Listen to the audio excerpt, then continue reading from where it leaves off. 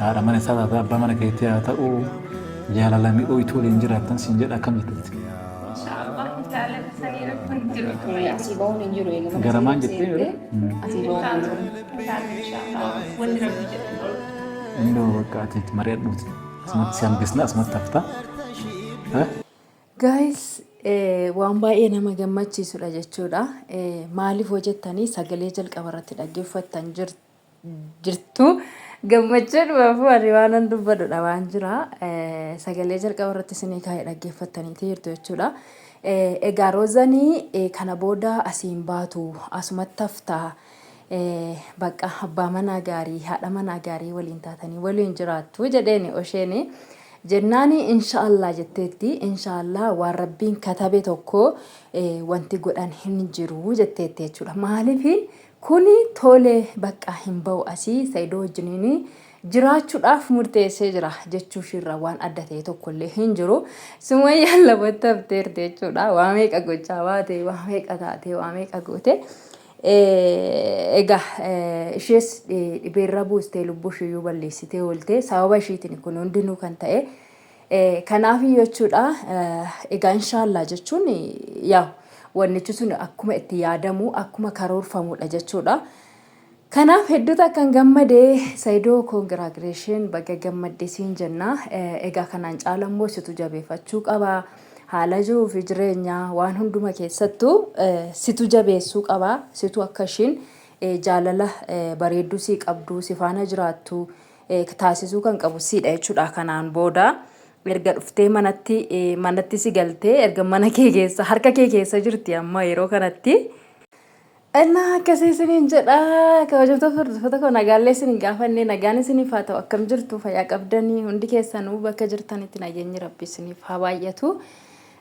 Nagaa kooti galata rabbii gammachuu Se'iddootti goree jechuudha. Viidiyoo isaanii imeeliitti qayyareetiin dhaggeeffadha irra deddeebi'ee bakka waan maal jedhanii maalidha gurratti nan buune moo akkami kanan jedhu irra deddeebi'een dhaggeeffadhe dhugaa dubbachuudhaaf. Kanaafuu hedduutu akkan gammade jechuudha. Sababni isaa namni tokko sababa nama tokkootiif miidhamuu hin qabu. Maaliif namni tokko mooyyuu nama jaallatu faana erga akkasittiin wal jaallataa isaan lachuu isheenis hin jaallatti innis hin jaallata jechuudha. Lachan isaanii immoo jaalala walii isaaniitiif waan qabaniif miidhaan isaanirra ga'a. Maaliif innis yoo wayillee ofirraan geessisuu baate wayillee akkuma beezaan jetteyyuu barakkiidechallee hoo dhuguu baate garuu naasudhuma isheen isa didde sanaaf egaa mana yaalaa galee jechuudha. Isheen immoo gaafa inni mana yaalaa galee jedhamuu dhageessu dhadheetoo kiniinota hanga sanaa dhugdee egaa waaqayyo immoo ishee oolchee jira baga oolte waannan ooludha. Kanaan booda immoo karaa fuulduraatitti kan haala mijeeffatuu danda'u kan bareeffatuu danda'u kan waan hundumaayyuu tolfatuu danda'u eenyudha isaanidha jechuudha. Maaliifini namni tokko yookiin si faana jiraata yookiin immoo karaa gadi si lakkisa jechuudha. Amma Sumayyaa gaafa argitanii yookiin faana jiraattu yookiin immoo akka namni kuni nama biraa faana jiraatu karaa gadi lakkistuuf jechuudha. Kuni maa'inni nama hidhanii nama teessisu nama sana rakkisu rakkoo hin taane keessa nama sana buusudha jechuudha.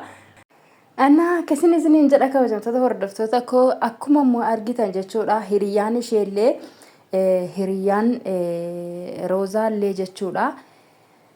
Akkuma argitan kana booda seenteettaa hin baatu asii ba'uun hin jiru jechaanii jirti.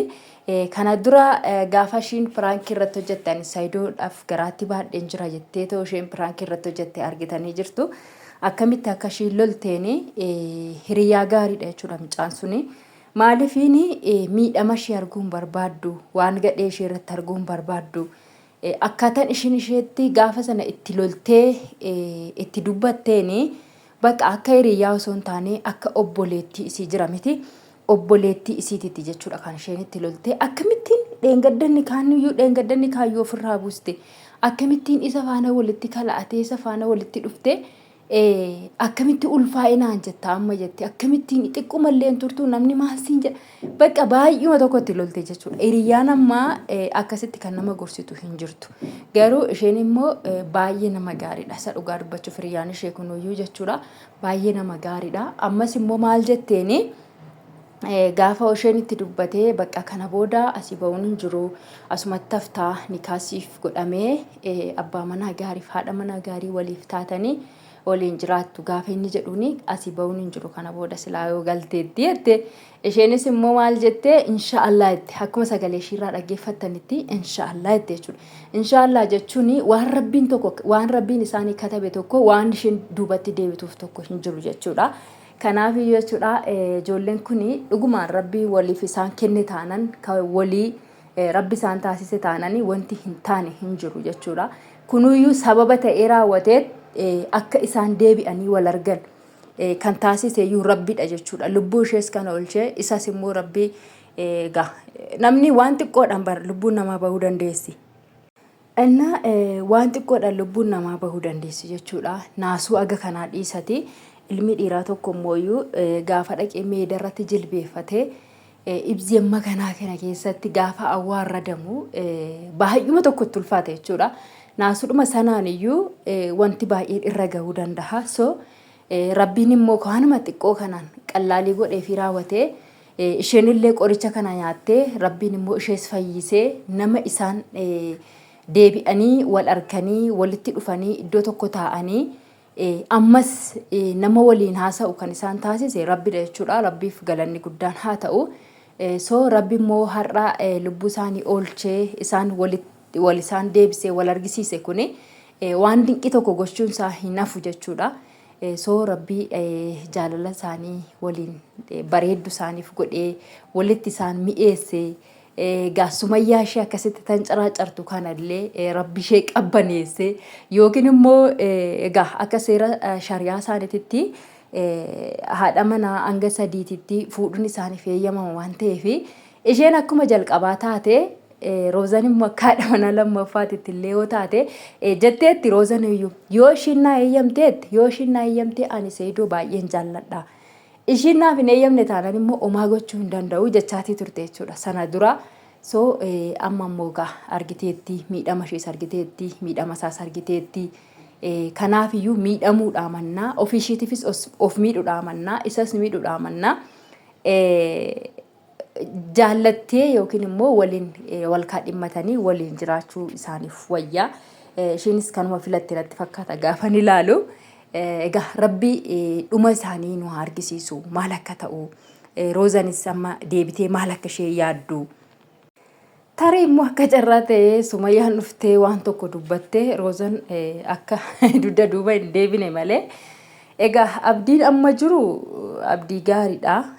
Waanuma bareedduudha natti fakkaata gaafan ilaalu.